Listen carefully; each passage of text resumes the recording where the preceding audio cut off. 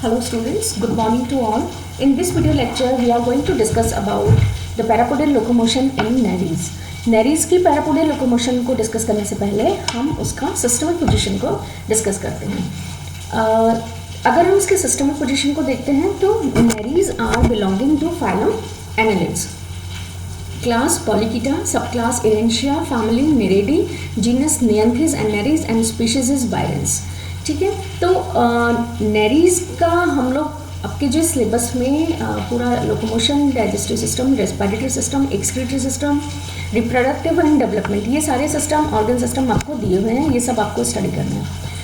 अगर हमें ये सारा सिस्टम स्टडी करना है तो पहले हमें इसके जो फाइलम है जिसको ये बिलोंग करता है उसके करेक्टरिस्टिक फीचर्स हमें पता होना चाहिए कि एनालिडा जिस फाइलम को बिलोंग करता है उसके करेक्टरिस्टिक फीचर्स क्या हैं जो इन ऑर्गन सिस्टम्स को अफेक्ट करते हैं.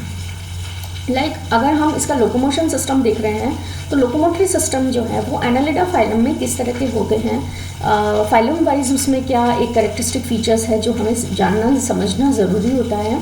तो इसके लिए हम देखेंगे एनालिडा की जो नेरीज है उसका एक्सटर्नल फीचर्स किस तरह का है. एनालिड्स में हम कहते हैं कि मेटामेरिज्म प्रेजेंट होती है. Metamerism is related with the serial segmentation of the whole body. पूरा का पूरा जो बॉडी है, आप इसमें हम अर्थवॉर्म को भी देखते हैं. एक very familiar example of annelids जिसमें कि आपने उसका डिसेक्शन वगैरह भी होता है, जिसमें आप देखते हैं कि पूरा जो बॉडी है वो कैसा होता है, सीरीज में डिवाइडेड रहता है, सेगमेंट्स में डिवाइडेड रहता है. And this is true metamerism. True metamerism means कि बॉडी जो है वो externally as well as internally segmented रहती है. ठीक है. एक होता है आपका फॉल्स मेटामेरिज्म जो कि आपको टीनिया सोलिम में देखने को मिलता है. तो वहाँ पे क्या होता है, सिर्फ और सिर्फ इंटरनल सेगमेंटेशन एक्सटर्नल सेगमेंटेशन होता है. इंटरनली बॉडी जो है वो सेगमेंटेड नहीं होती है. तो यहाँ पे आप देखेंगे पूरी बॉडी जो है वो सेगमेंटेड रहती है. दूसरा, एनालिड्स की जो स्पेशलिटी थी, बॉडी डॉर्सोवेंट्रली फ्लैटेंड होती है. ठीक है. इसमें पॉलीकीटा इसको ग्रुप में रखा गया है, इसकी जो क्लास है. तो पॉलीकीट्स मीन्स इसमें बहुत सारे सीटीज प्रेजेंट होते हैं. सीटीज जो हैं वो प्रेजेंट होते हैं इनके लोकोमोटरी ऑर्गेनल्स पैरापोडिया पे.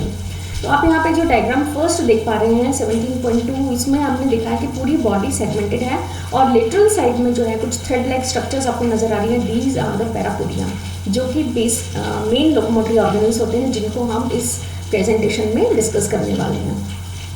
अगर बॉडी सेगमेंटेशन को देखते हैं तो बॉडी 3 पार्ट्स में डिवाइडेड रहती है, हेड, ट्रंक एंड पाइगीडियम. तो फर्स्ट सेगमेंट जो है वो इसका हेड कहलाता है, जिसमें 2 सेगमेंट्स आते हैं, peristomium and prostomium.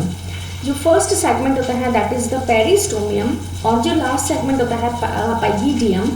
In segments को छोड़ के बाकी जितने भी सेगमेंट्स हैं यानी ट्रंक सेगमेंट जो है उसमें पैरापोडिया प्रेजेंट होते हैं. The presence of parapodia is the characteristic features of Polychaeta and Nereis. और हम कह सकते हैं कि presence of parapodia is the characteristic feature of trunk region of Nereis. तो नेरीज का जो ट्रंक रीजन है इसमें आपको पैरापोडियाज नजर आते हैं.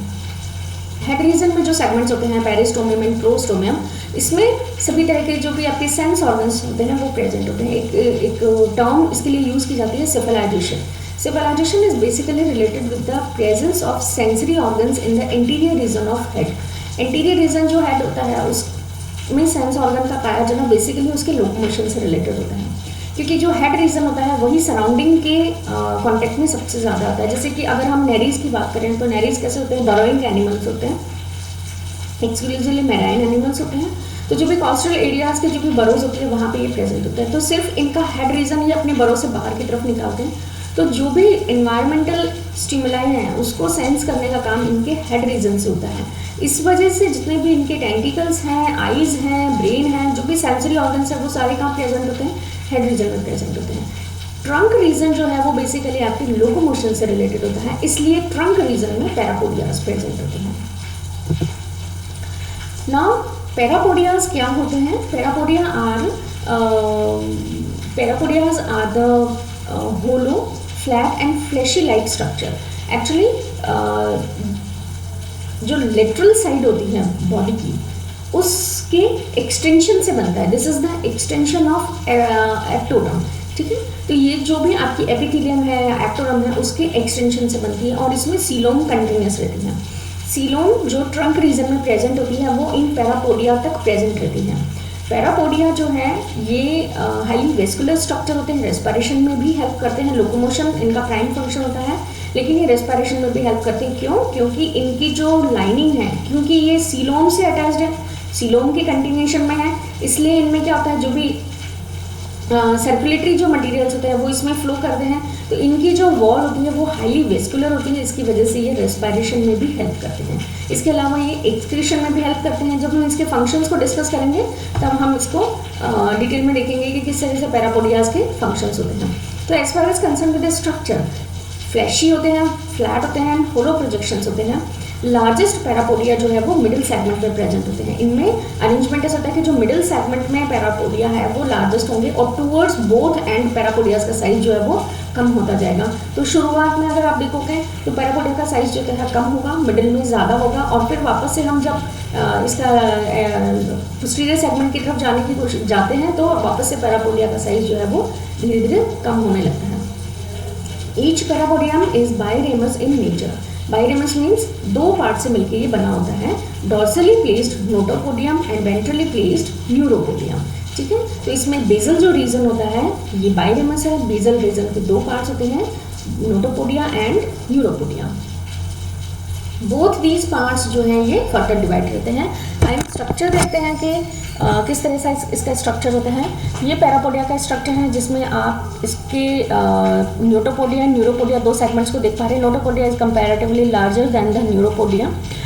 नोटोपोडिया एंड न्यूरोपोडिया फिर फर्दर डिवाइडेड रहते हैं दो पार्ट्स में, superior lingually and inferior lingually. दोनों में ही देख सकते हैं हम notopodia and neuropodia. In total they are 2 superior lingually and 2 inferior lingually. Notopodia contains dorsal cirrus and neuropodia contain ventral cirrus. Ventral cirrus जो होता है यहाँ पे आपके नेफ्रिडियोपोर्स प्रेजेंट होते हैं। नेफ्रिडियोपोर जो नेफ्रिडियम प्रेजेंट होती है उसके पोर्स यहाँ पे आके ओपन होते हैं। इस वजह से हम कहते हैं कि आपका जो पैरापोडिया है is also plays excretory role. यहाँ पे आप देखेंगे जो न्यूरोपोडिया है आपका जो पैरापोडियम है इसमें कुछ मसल्स प्रेजेंट होती हैं, एसिकुलर मसल्स जो इसके स्ट्रक्चर को मेंटेन करती हैं। तो एसिकुलर मसल्स प्रेजेंट होती हैं। एसिकुलम एक स्टिफ स्ट्रक्चर है जो एसिकुलर मसल्स को स्ट्रेंथ प्रोवाइड कराता है, उसको अटैचमेंट के लिए मोड प्रोवाइड करवाता है। इसके अलावा आप देखेंगे यहाँ पे सीटीज प्रेजेंट होती हैं, क्योंकि ये पॉलीकीटा एनिमल है। सीटीज जो होती हैं इसमें प्रेजेंट होती हैं। सीटीज मेनली लोकोमोशन से रिलेटेड होती हैं। तो यहाँ पे आप देखेंगे नोटोपोडियल जो रीजन जिसमें सीटीज प्रेजेंट होती हैं these are known as notosetae, and neuropodial region में प्रेजेंट होती हैं न्यूरोसीटीज कहलाती हैं। ठीक है, so this is the structure. इसके बाद हम देखते हैं सिरस, जो हमने अभी देखा था dorsal cirrus and ventral cirrus. The dorsal cirrus and ventral side of the parapodia be a small tentacle like cylindrical appendages called dorsal and ventral cirrus respectively.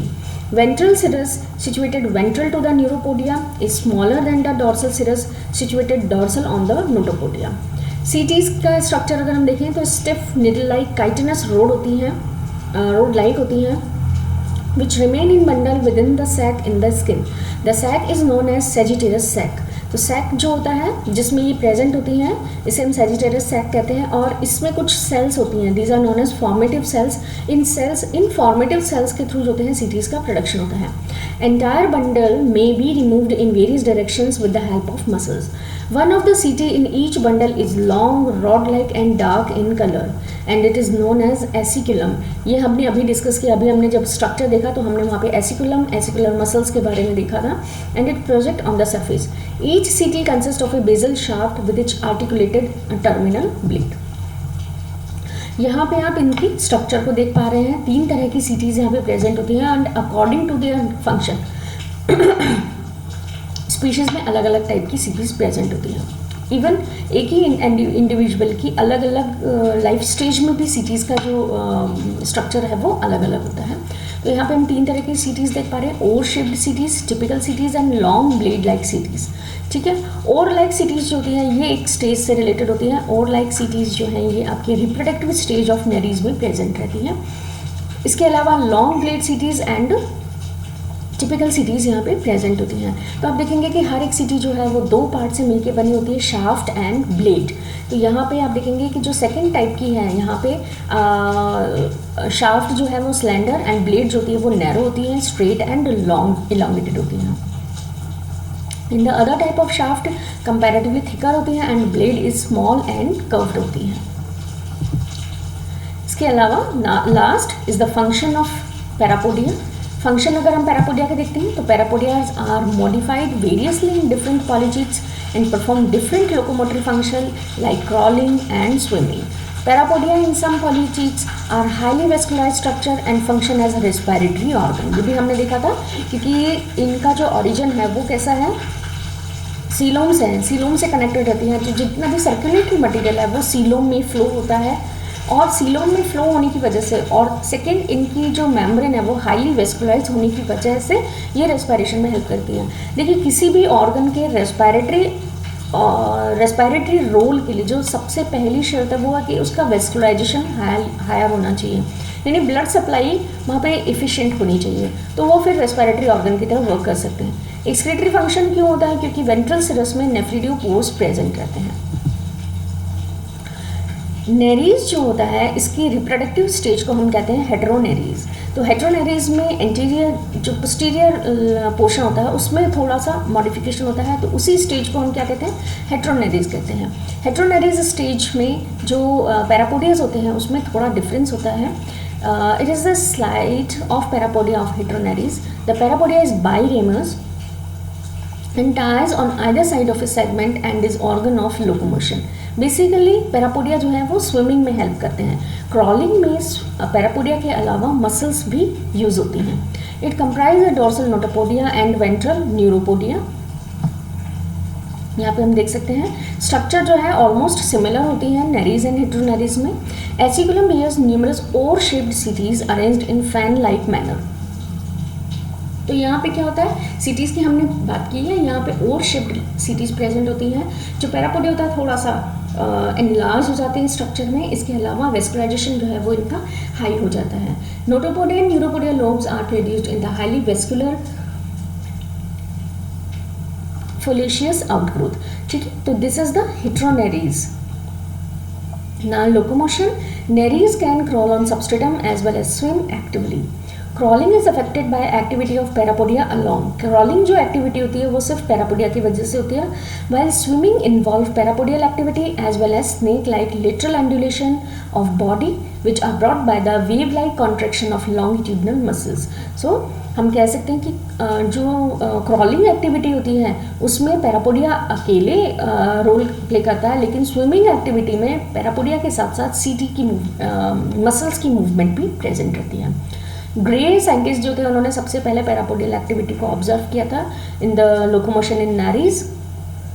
इन्होंने देखा था कि पैरापोडिया जो होते हैं वो बिहेव करते हैं मिनिएचर पैडल के फॉर्म में, जिसमें कि बैकवर्ड और रिकवरी स्ट्रेक और इफेक्टिव स्ट्रोक जो एक फ्लैजलर या सीलियर मूवमेंट में हम देखते हैं समझते हैं, इसी तरह के कुछ मूवमेंट जो है वो पैरापोडियाज के साथ होती हैं। So this is all about the parapodial locomotion in Nereis.